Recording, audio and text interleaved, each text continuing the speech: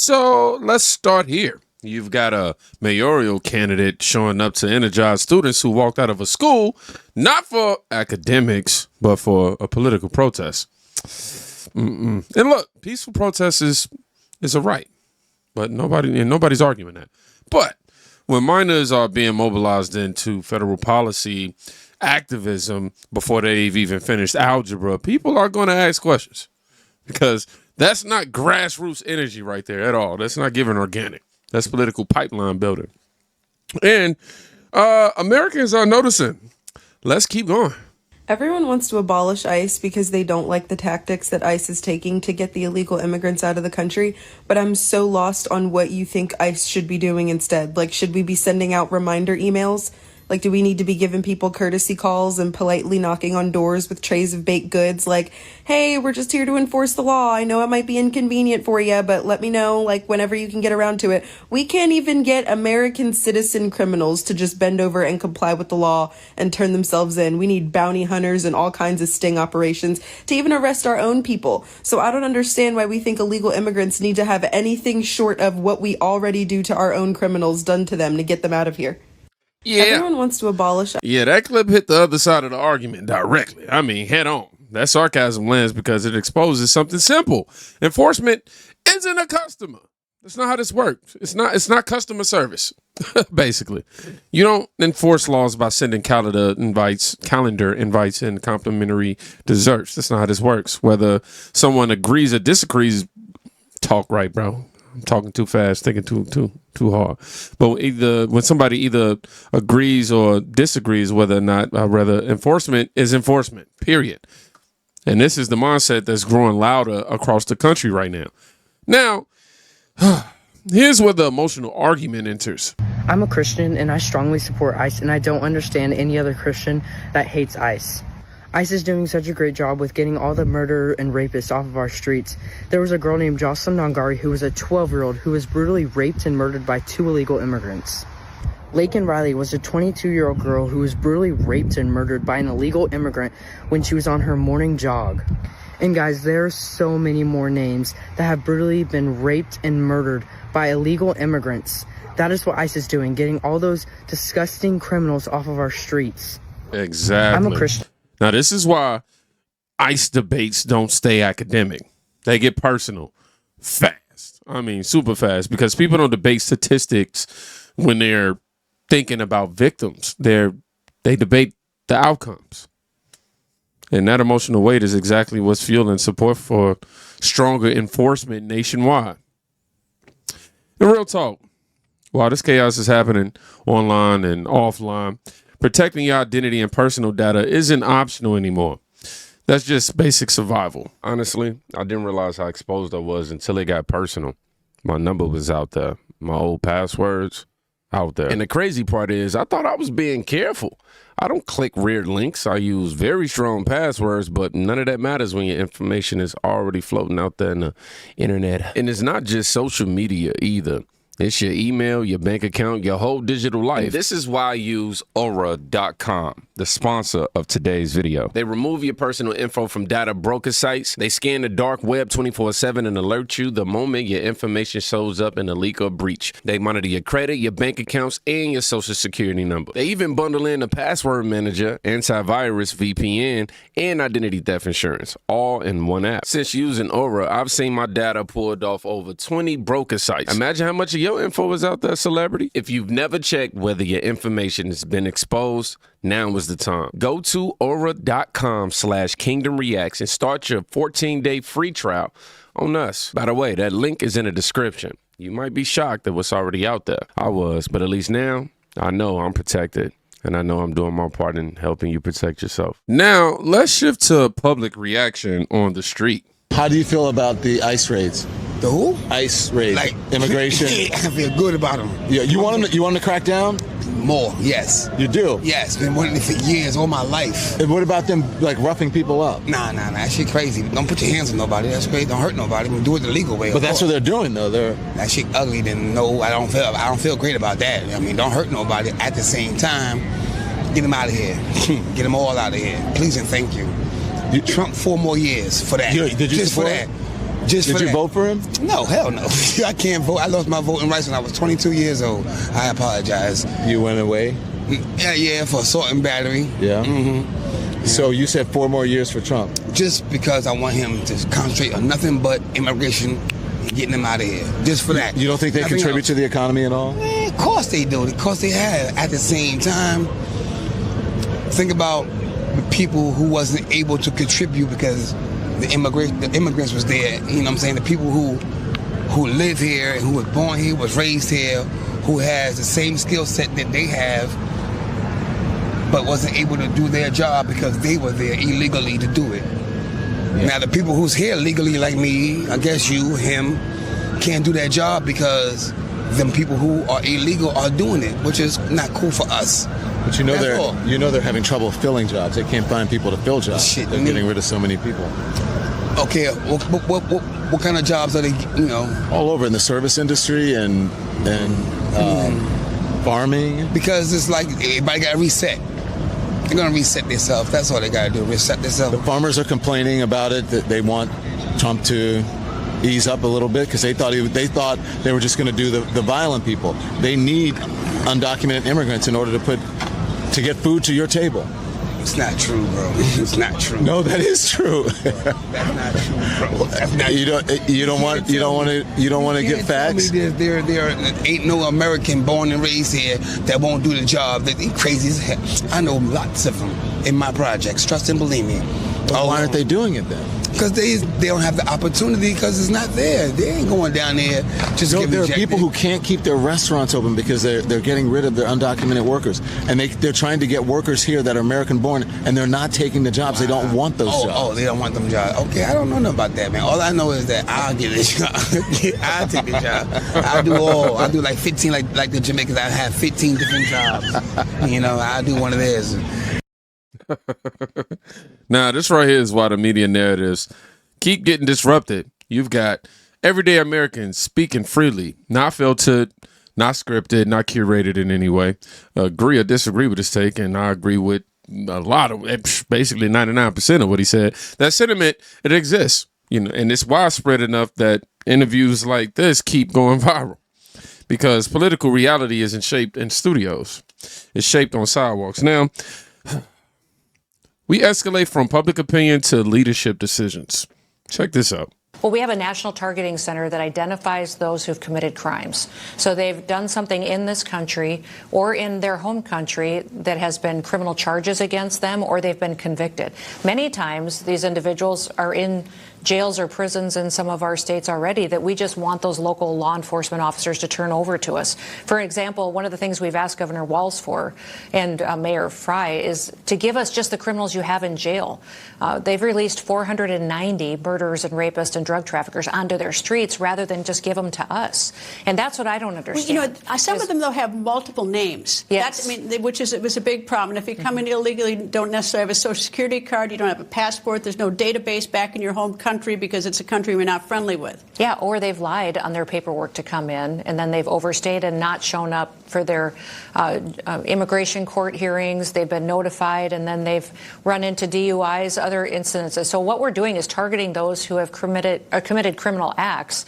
But if we show up and we're going after a TDA member in an apartment, and they're in an apartment with 12 other people, we're going to ask those other people who they are, what their identity is, just like we would any other law enforcement operation. I think that's what people don't know, is that we're doing the same thing that law enforcement has done for years under this administration, the Biden administration, all of them. We haven't changed what we do in these types of situations. We ask everyone there who they are and why they're affiliated and surrounded by these criminals. Now, this claim right here lit a firestorm. And regardless of where someone stands or lands politically, it shows how explosive sanctuary policy conflicts have become. Federal versus local authority, enforcement versus resistance, security versus ideology. That tension isn't calming down anytime soon. It's quite literally escalating. And that tension, unfortunately, plays out physically in the streets. We're here to protect our neighborhood. You guys are the ones who are destroying neighborhoods. Hey, stop pushing me! Stop, motherfucker!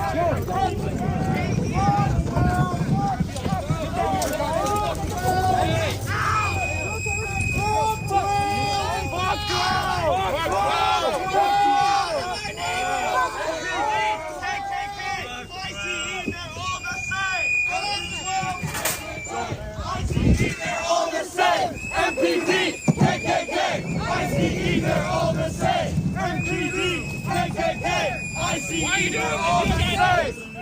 Have a spine, bro. Have a spine. You gonna not do it. Who are you protecting? You gotta do it. Why are you protecting?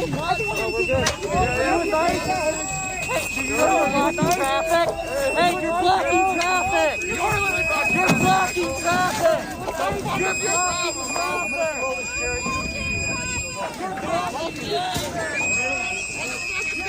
You're trashing the goddamn neighborhood.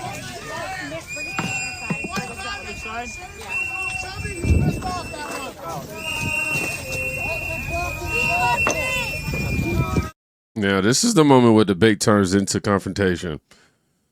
Barricades, police response, crowd escalation. And once infrastructure starts getting blocked, law enforcement intervention becomes inevitable. That's not politics. That's operational reality. Now, watch what happens when activism meets ridicule, y'all. Oh, wow. Well, didn't have that queued up properly. You know, we make mistakes, but I got you.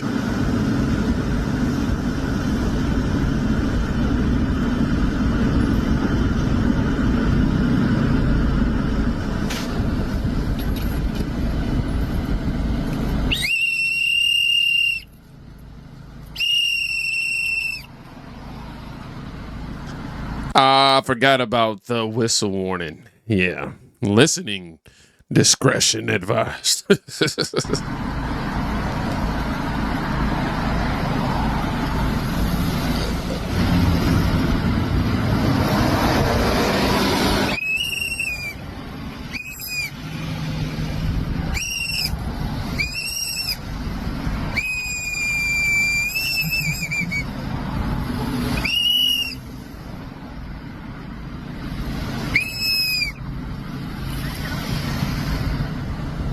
What?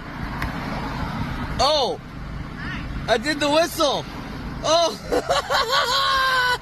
nice whistle over there. I knew I'd get you fuckers to come out, you lazy, stupid motherfuckers. Nice guy. Thank you. Have a nice day. Like little kids here, bud. Yeah, we're just like...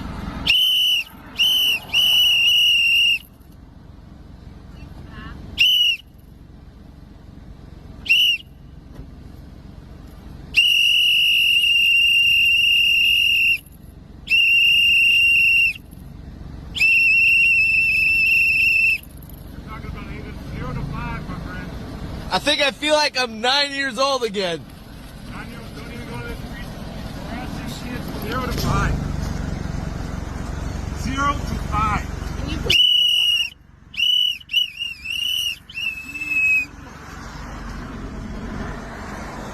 harassing preschoolers? I'm not harassing anybody. I'm blowing a whistle.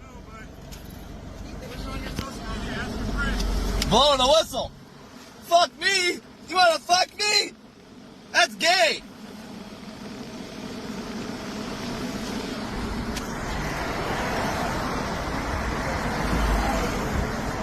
This is fun. I had a good time. Have a good night, guys. Take care. Man, y'all should have seen the other video I was going to post with the whistling.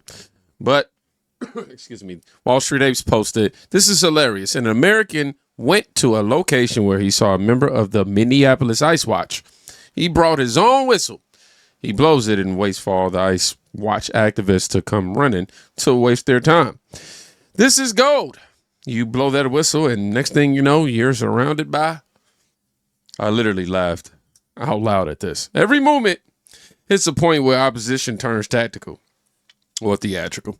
And moments like this spreads because, you know, they reshape perception, not through argument, not through embarrassment. Well, no, actually through embarrassment. I don't know what's going on with me today. I'll be all right, though. Narratives don't just collapse from facts. They collapse from optics. And now We close with peak escalation. We will not be replaced by Somalians. Jesus is king. Jesus is king. You are under arrest. Be seated where you are and follow the directions of officers. You are under arrest. Womp, womp, womp. American Crusaders assemble! Go American men! Stand up against the invasion of your country! American men, stand up! Let's go, American men! Back up! Back up! Back up! Back up! Let's get out of here. American men! We deserve a homeland! For white Christians! White Christians deserve a homeland! American men! Stand now and be replaced! Stand now and be replaced! This is our country! Muslims go home! Go straight! Peace down! God bless America! And here's the temperature at maximum. Mass confrontation, police action, arrest. This is what happens when national policy debates leave Washington and hit the pavement. It stops being theatrical and becomes kinetic. Now, no matter where you stand politically, one thing is undeniable. Immigration enforcement isn't a side topic anymore, all right? It's frontline national conflict planned out city by city, block by block, every single day. And we're going to keep track of it. So if you made it to the end of this video, I want you to write unfiltered. Yeah, because that's exactly how we're going to maintain this, man. Shout out to ICE and the Trump administration for doing what they do. I want to make sure I state that explicitly. Yeah. God, work on me today. I don't know. What is this called when I jumble my words like this many times back to back? Somebody let me know. Anyhow, y'all be safe. Oh, my son is back here. Oh, they can't see you. You got to, like, tilt your head that way. That way. This way? Yeah, go that way. That way some more. Now say hey. They can't hear you. You too far back. You can come say it if you want to. Hey. You got to come literally on the mic. Hey, don't worry. I'm gonna have my own setup soon. Don't worry. But I'm saying, I had my birthday, party today. Yeah, tell them all about the birthday wishes you've seen them give you. Oh, that was so cool. I was like, oh wow, a lot of people, know me and spelled my name wrong too. It don't matter. I know. Your dad cool though. Uh-huh. Yeah, now get out the camera. Bye bye. Y'all be safe. Go check on somebody today. You can quite literally be saving their life. Peace.